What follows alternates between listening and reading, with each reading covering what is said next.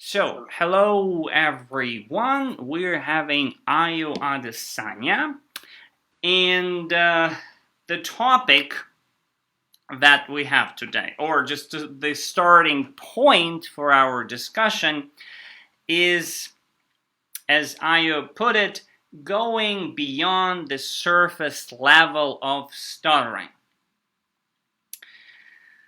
So, um, maybe just again as the way of introduction for those who don't know, Ayo's, and maybe Ayo, you correct me if I'm saying something not correctly. You're one of co-founders of StopHoldingBack charity, helping people who stutter, and we can call it deal, overcome, whatever, stuttering.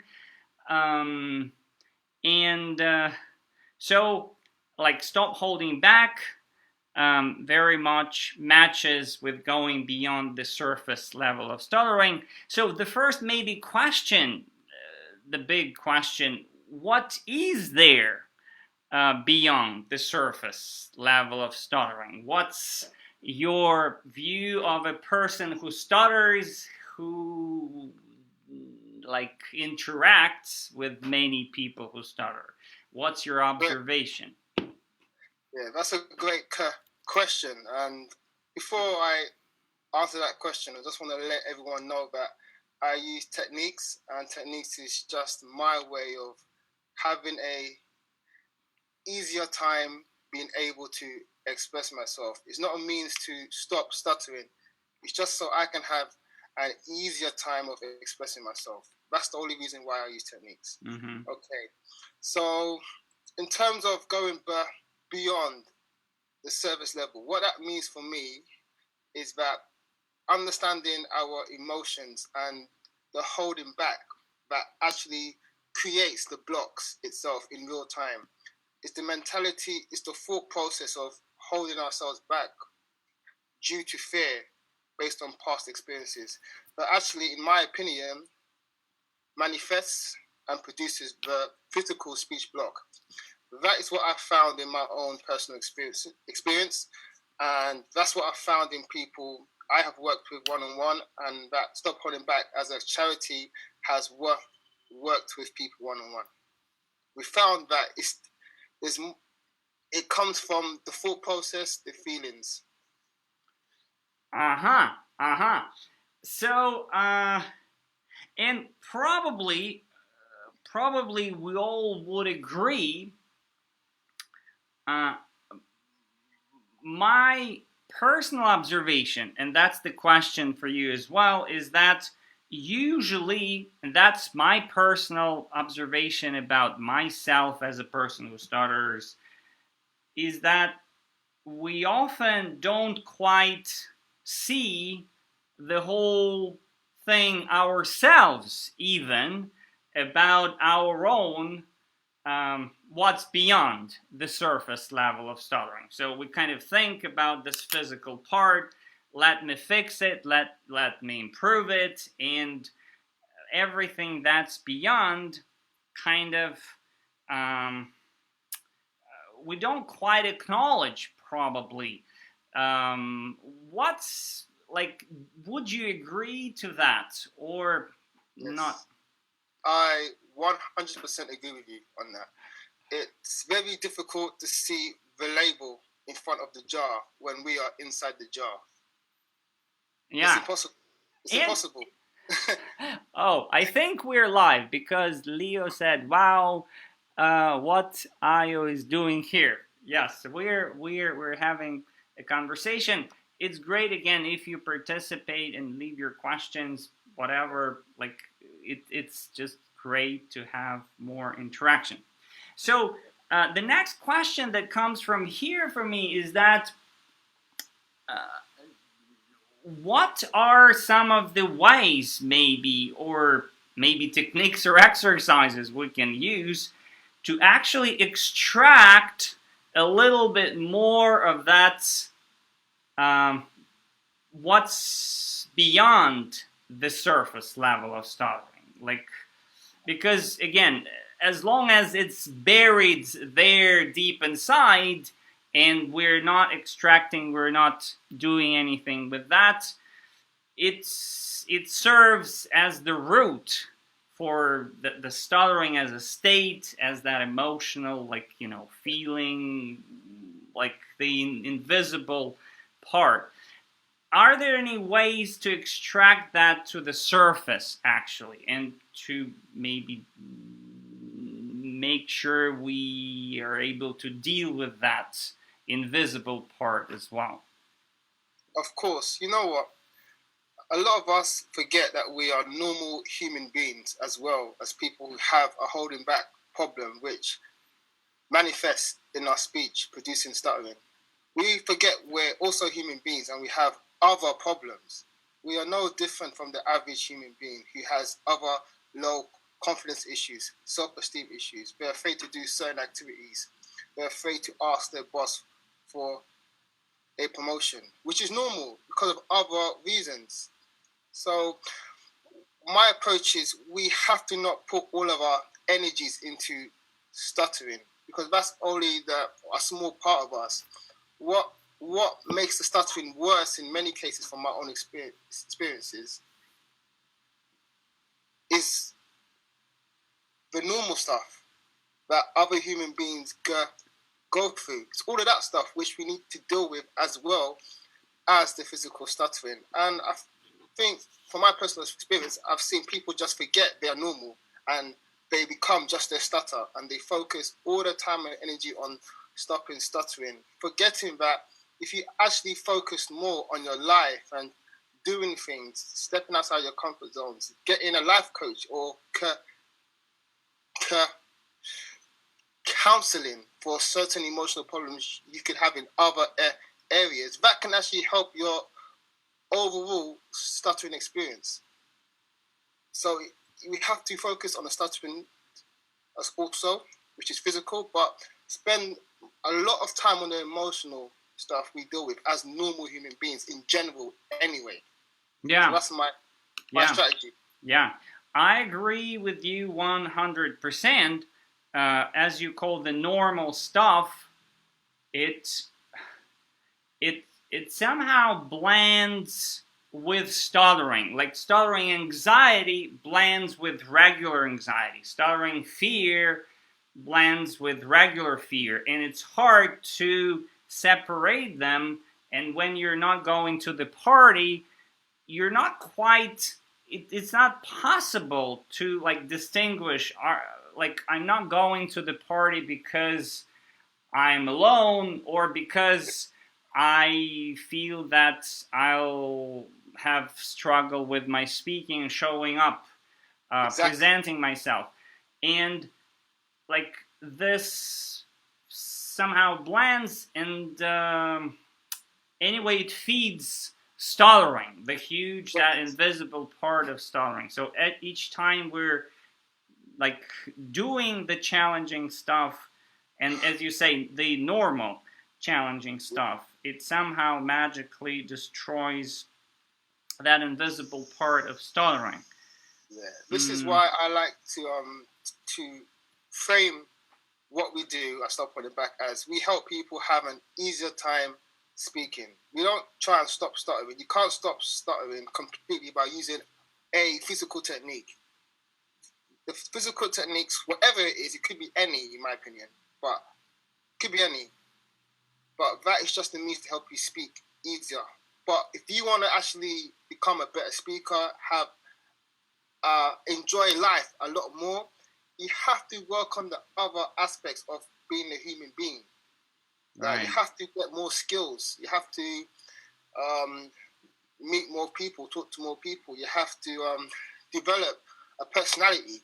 You have to do things that other human beings do. You're not a stutterer. You've got a name, and you're a human being. Yeah. It's holistic. Mm-hmm. Mm-hmm. Yeah, absolutely. And again, the next question that I want to ask, like, when we start digging into that internal part of like hiding stuttering, hiding from stuttering, not doing the normal stuff. And when we start revealing it or extracting, it might be not comfortable. And I would say painful. And of course, we don't like the pain, we don't like the discomfort, we don't like all these things. And it's very natural to get defensive inside, protective, like, oh, no, everything's fine. And to go back into the shell where we are, and just, that's the way I am, and that's it. And that's maybe the hardest question, but how to maybe address this painful point where we need to face that, yeah, like I'm scared to go to the party, and like, which is hard to admit, maybe. So this is an experience which is not unique to people who stutter. Again, other human beings are scared to do many, many, many, many things. So it's no different. And if you look at it's no difference. And so if you need support, get support. If you're afraid to do something, what would you normally do? You would get support, or you would just try, start in a safe place and move on. You would do something. You would take the first step. So it's no different to tackling any other fear in your life. You have to do something initially. Yeah. So yeah, just find the right support to guide you, or find someone who's been there and done that, and have them hold your hand, walk you through the process. It's like anything. Stuttering is no different to any other fear. We have to do something about it. Yeah. End of the day. And again, I totally agree with you. And in terms of, as you mentioned, the support or help, as the Stop Holding Back charity organization, again, maybe can you mention what do you do, what do you provide, or maybe how you've developed your view on this during the course of this year since we last had the interview? Awesome. Okay, so what we believe is the best approach, in our opinion, is that we frame stuttering as mostly a psychological issue and an emotional issue. So it empowers the people we're working with to understand that they can actually do something. It's not physical. It's not permanent. It's not completely permanent. You can actually work on your mindset, work on your emotions, learn to control, to let go of them, to manage them effectively, so you can reduce your stuttering in general. We're not saying you're going to eliminate it. You're just going to have an easier time speaking. So the process of how we conduct that is, the first thing we teach everyone are the techniques we believe help the best. That's just our way of doing it. There could be other techniques we have no clue about that exist, which might perform better. But right now, we have a set of techniques, a system, which helps people as quickly as possible in real time, in real life, have an easier time speaking. Once they start to experience that and believe, oh, wow, actually, I have the ability to speak in a different way and have an easier time speaking. Yeah, I still block, but at least I'm enjoying myself a bit more. Okay, once you've laid that foundation, then we take them into the stuff that really, really, really makes a massive difference for the long term, like for the rest of their whole freaking life. And that's working on the psychology of that person, changing the way they think about themselves and changing how they perceive the world.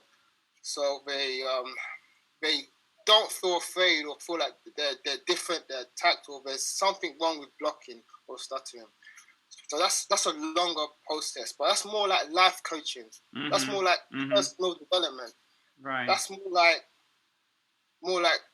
we're showing them what other people have done, and here's the roadmap. Let's all of us take the same steps and get to that point too. So if you want a new job, or if you want a promotion somewhere, We have people who are professional speakers. We have people who are CEOs, people who are in top levels of positions in their work environment who can take you through those steps, which takes away, which is not about stuttering. It's just about life. Right. So we have life part and we have the physical stuttering part, and we put them both together, and that's unique. That's what's unique about us. We don't focus 100% on physical techniques. That's only a small part of what we do. Yeah. I again totally agree with you. That's 100%. I actually like to say, and again to like draw a picture that no matter what technique you're using, and again, some people like preach about not using any techniques. I also preach about using some techniques, but what really matters like who you become on this journey when you are using the techniques, when you're openly try to use the techniques, when like that's the most important piece or part of it. And again, I also see it as many doors to one kind of room or space.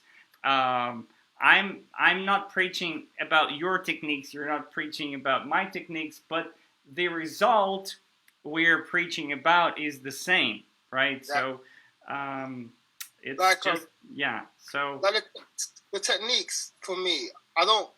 If I'm honest, I don't really care. I'm more focused on what are you going to become.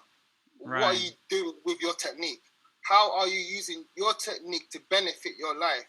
If singing when you're speaking helps you get the words out and helps you become the dream version of yourself, more power to you, my friend. I don't care about the means. I care about the result. Yeah. We just found this means our techniques work best for us, but it might not work for other people. As long as they are happy, that's what I care about. Yeah. And again, I agree with you that, So, so one more question I have, maybe if you wish more personal, of course. About your own journey with stuttering. So, since we last met 1 year ago, do you have any fresh ideas or developments, like epiphanies, like, or it's pretty much in line what you, like pretty much the same line of thought, if you wish? What I can say is it's definitely evolved. It's become more deeper. I'm more connected. This might sound a bit woo woo or spiritual, but I have a very firm belief that there is a greater power, not necessarily like a man in the sky, but there is something that I can connect to which helps me, which guides me on my journey. I firmly 100% believe that, and having that belief has given me the strength to just do what I do, and I trust in that. I always trust that I'm doing the right thing, and I follow my feelings, and that goes with stuttering. So if I'm feeling massive blocks, massive approach avoidance, I just accept that and tell myself I'm feeling this way because I have to learn something from this moment. Mm-hmm. Something is causing a massive trigger in me. So instead of trying to block out that emotion, trying to use tricks, trying to run away, I'm not saying it's easy, but I stay present and I try to analyze why I'm feeling like I'm about to have a massive block and not get a word out. What in this situation is triggering me? And once I have the ability to observe real time and gather information and the data, I can then use that to evolve my understanding of what's going on. And actually, the next time that situation happens, I can make changes and maybe produce a better result where I stutter less or whatever. But it's having the ability to tap into my emotions in real time is the biggest insight I've gotten after in this whole year since we've last spoken. And actually, I want to say we have a question from Lucas, but I'll get back just in a second. I want to say big thank you, Ayo, because last year we talked about the warrior mindset, and sometimes, you know, like when we talk, it puts a question, and to me, it's like a question. Then gradually, at some point, you find your own answer to that question. So I realized that for me personally, the biggest challenge in like the exercise, I would say, and I would recommend highly this exercise or mindset to all people who stutter, and to everybody, is for me the hardest thing is to confront, you know, the situation, different people. And when I say confront, it's not confronting with people, but confronting with like the danger. You know, I see the environment, the situation. It's like a huge bubble of danger, and I'm not ready to get inside. And even if I'm getting inside, I'm still kind of outside of it. As you say, I'm not present. I'm not staying present. So this is the biggest challenge and the biggest exercise for me, to confront, to get inside of this environment, to be present.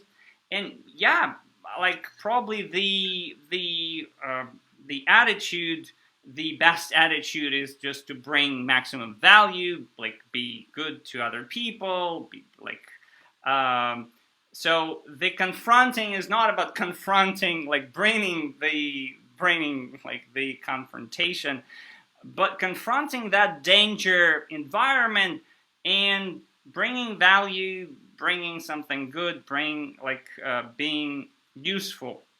So yes, this was big epiphany maybe for myself. So thank you so much for this, Ayo, what I wanted to say. Thank you, man. Yeah, if you don't confront it, you're never gonna learn. You're never gonna grow if you don't.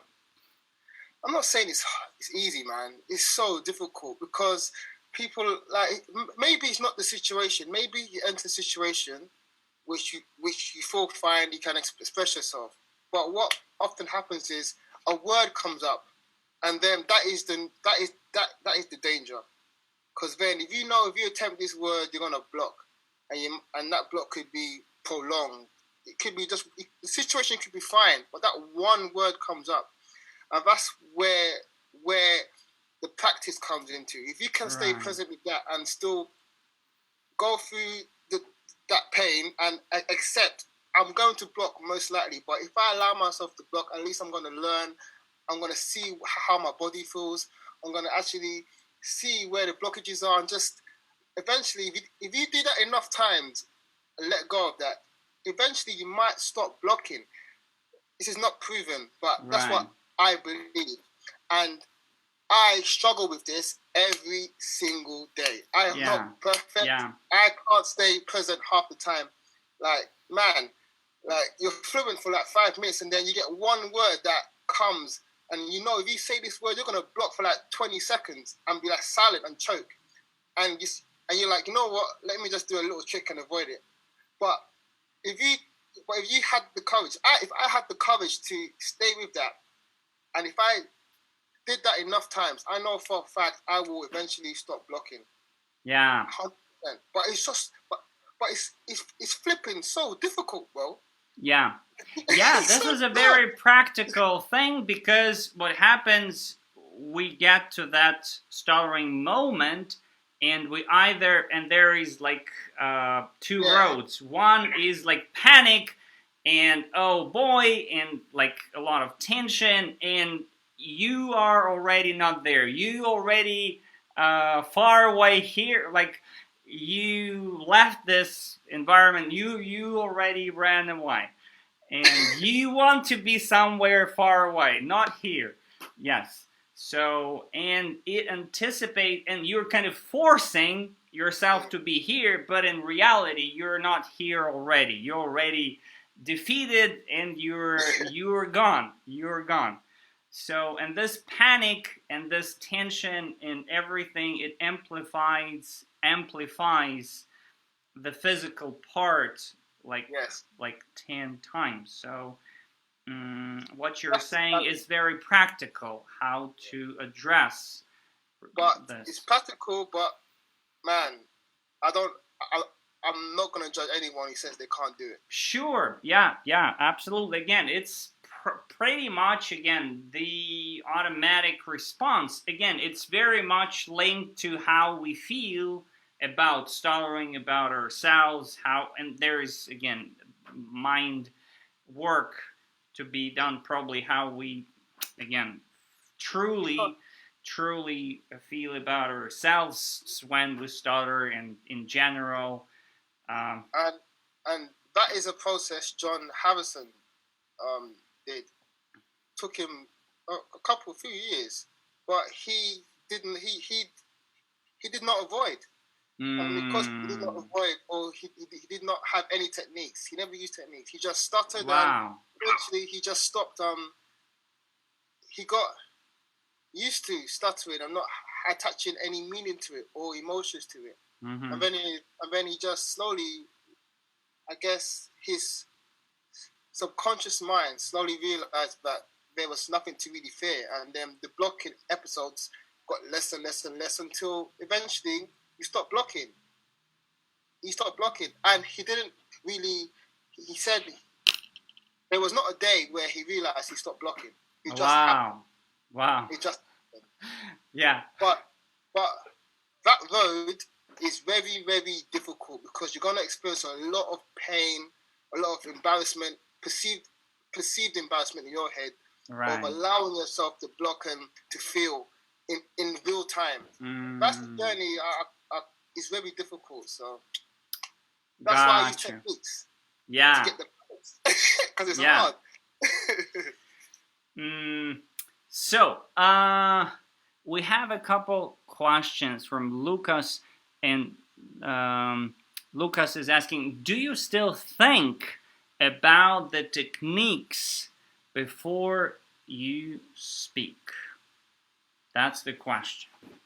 Yeah, so in the beginning of my journey, 100%, that's how we teach people. So we tell them there's a method to the madness. So what you say is not important. Right now is how you say it, because what we want you to do is embed these techniques in your subconscious mind so they become automatically used when you face blocks. So right now, I do not use techniques really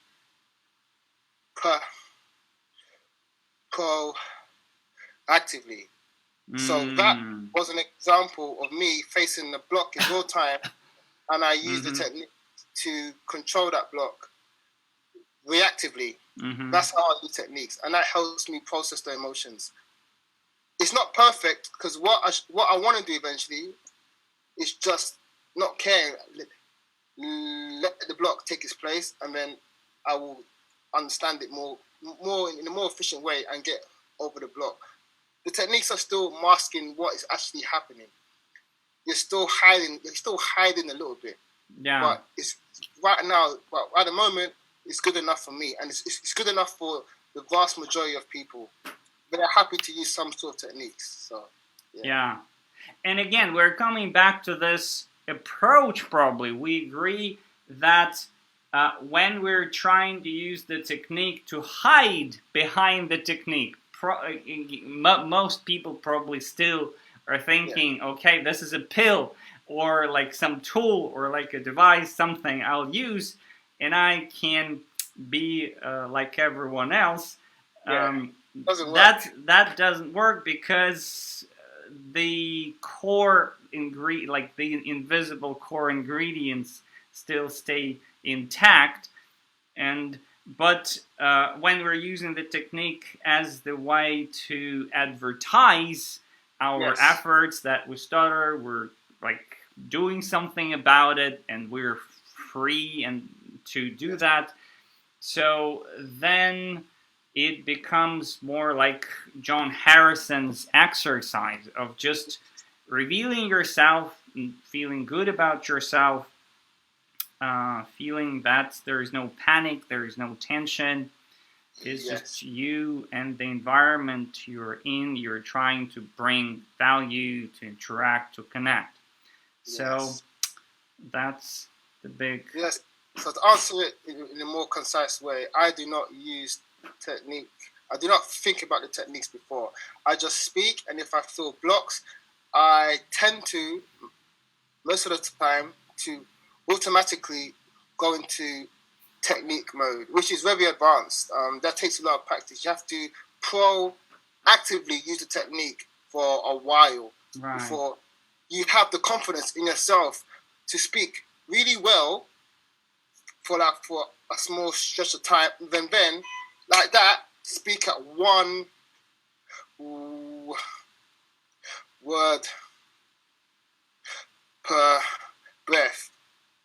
To transition like that takes a lot of confidence because the person you're talking to, you might think, what's going on? You was talking fluently and then you're talking like a robot. So you have got to have the self-esteem to not care about the listener and how they will perceive you switching from being almost fluent to speaking like a robot. So that's quite high level. That's how I speak. Yeah. Yeah, and again, I would agree to this approach. Again, first you proactively use the technique um, in a more explicit way, and it gives you like the true feeling of it. So you really, because when you try to speak at this speed, like the real life pace, probably there's no way to really feel it, what's going on actually.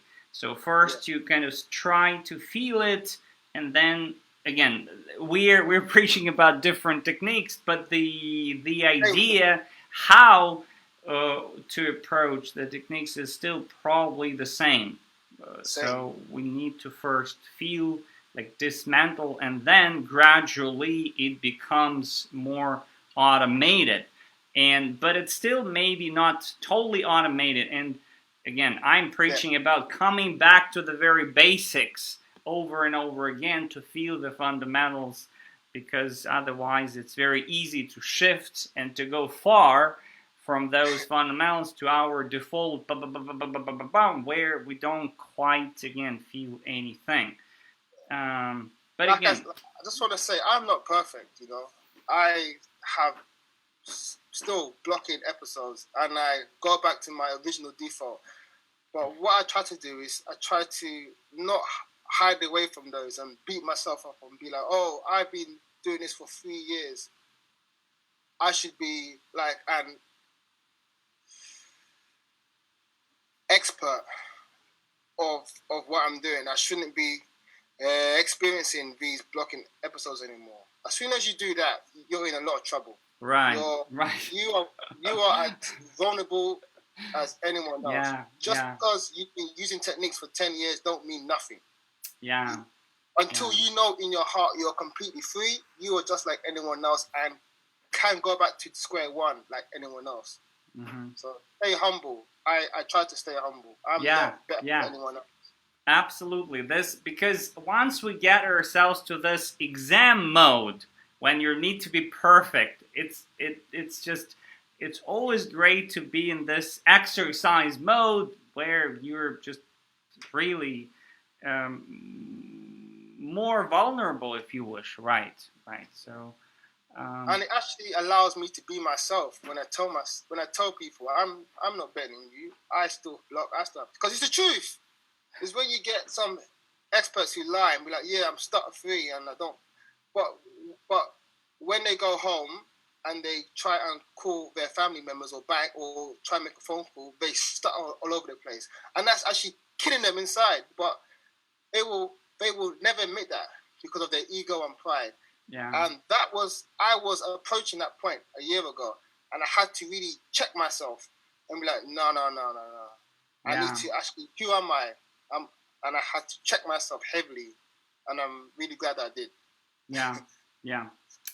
So we have a couple more questions. So um, uh, Leo is asking, where should one start developing the physical side and developing his life? Maybe I'm not quite clear. Where should one start developing the physical side and developing his life? So he's saying, when should we learn techniques and when should we work on our life? Yeah, probably, yeah. That's maybe the question. Leo, you can clarify if we're not getting you right. Yeah, so what would you say? What's your view on it? I want to ask you first. So actually, probably they should go together, the physical, and as we mentioned maybe earlier in this conversation, that only when they go together they really work well. As long as we're focusing on the physical side, or again, it gives much more, probably more improvement when we focus on our life. But still, I like mentioning both and really doing both together. That's probably the best way. I 100% agree with you, because if you, for example, work on the life, yeah, you might get.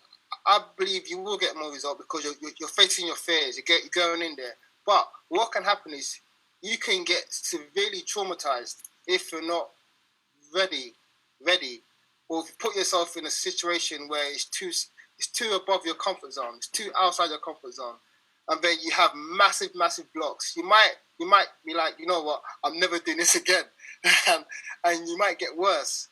So I believe we should do both at the same time, and always have a coach, man. You don't need stop holding back. You just need to find someone who knows how it feels to stutter, and they are like in front of you 5 years, and they can guide you.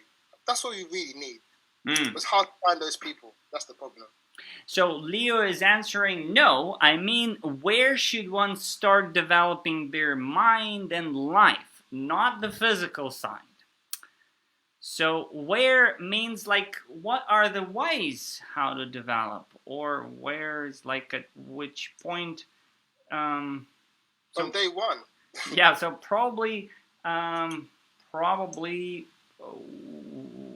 there is no like the right time. It's always now we can start. And where, like, what are the ways to develop? Maybe that's the question. What are the ways to start developing our mind and life and this personal development, normal stuff, as you say, Ayo? For me, it would be reading books about the subconscious mind. As many books as possible on self-image, how to improve your self-image, how to improve confidence, self-esteem especially. Self-esteem is how you feel when you're alone. Your confidence is how you feel it's what you project to other people. Your self-esteem is the most important thing to you. How do you feel when you're alone? What do you really think of yourself?